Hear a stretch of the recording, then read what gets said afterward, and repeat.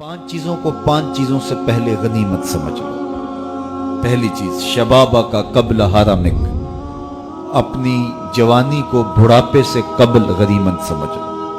آج جوانی ہے، اعضاء میں زور ہے، آج عبادت ریاضت کرنا چاہو، کسی دکھی کی مدد کرنا چاہو، کسی کے کام آنا چاہو، روزے رکھنا چاہو، نوافل کی ادائیگی کرو، جو بھی عمل خیر کرنا چاہو، تمہارے قوا تمہارا ساتھ دیں گے، لیکن بڑھاپے میں چاہنے کے باوجود بھی کچھ نہیں ہوگا۔ گئی جوانی آیا بڑھاپا تے جاگ پئیاں سب پیڑا، ہن کھایاں کچھ کم نہ آون سونف جوین ہریڑا۔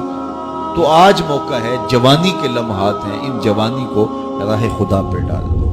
اور جوانی میں توبہ اللہ کو بڑی محبوب ہے۔ ایک روایت میں آتا ہے جب جوان توبہ کرتا ہے خوشی سے اللہ کا عرش جھوم اٹھتا ہے، عرش الہی جھوم اٹھتا ہے جوان کی توبہ سے۔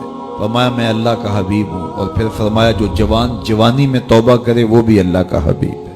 کتنی بڑی بات ہے۔ تو جوانی یاد الہی میں گزرے، ذکر الہی میں گزرے، تو فرمایا جوانی کو بڑھاپے سے قبل غنیمت سمجھ لو۔ پھر فرمایا صحت کا قبل سقمک، اپنی صحت کو بیماری سے قبل غنیمت سمجھ لو۔ صحت کے لمحات میسر ہیں، بیماری آتے دیر نہیں لگتی، تو صحت کو غنیمت سمجھتے ہوئے بھرپور فائدہ حاصل کرو اور کوشش کرو، محنت کرو راہ خدا میں آگے بڑھنے کی۔ وغنا کا قبل فقرک، تیسری بات ارشاد فرمائی، اپنی غنا کے دور کو، مال و دولت کی فراوانی کے زمانے کو غنیمت سمجھو فقر سے قبل۔ کہتے ہیں غربت آتے ہوئے دیر نہیں لگتی، اوپر جاتے ہوئے وقت لگتا ہے، اوپر سے نیچے آتے ہوئے وقت نہیں لگتا۔ تو فرمایا کہ دولت تمہیں میسر ہے تو اس دولت کو کام میں لاؤ، دولت کو سنبھال کے نہ رکھو، یہیں رہ جائے گی۔ ایک کفن ایسا لباس ہے جس کو کوئی جیب نہیں ہے، یہاں سے کچھ کسی نے لے کر نہیں جانا، اور نہ آج تک کوئی لے کے گیا جانا۔ سکندر گیا جب دنیا سے تو دونوں ہاتھ خالی تھے۔ تو اصل وہ ہے جو ہم ساتھ لے کے جائیں گے۔ میرے حضور نے فرمایا، ابن آدم کہتا ہے مالی مالی مالی، میرا مال میرا مال۔ فرمایا اس کا مال وہ ہے جو اس نے کھایا یا پہنا اور پرانا کر دیا یا اس نے آگے بھیج دیا۔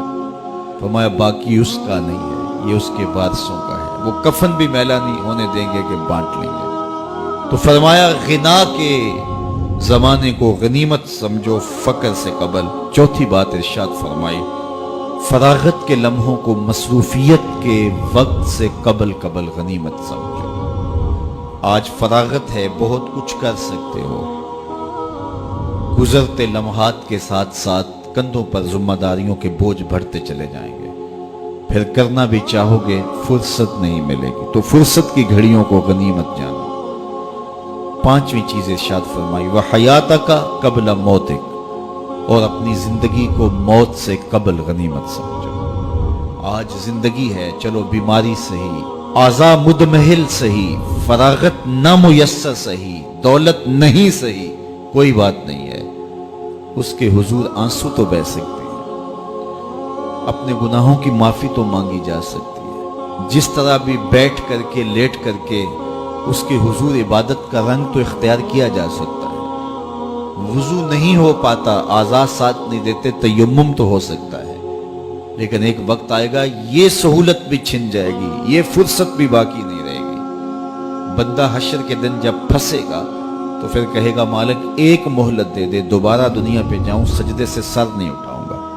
تو حکم ہوگا نہیں، وہ وقت بیت گیا، تجھے فرصت ملی، وقت ملا، جوانی ملی، ڈوبتے سورج نے تمہیں روز پیغام دیا، اٹھتے جنازوں نے تمہیں روز پیغام دیا، لیکن تم نے عبرت حاصل نہیں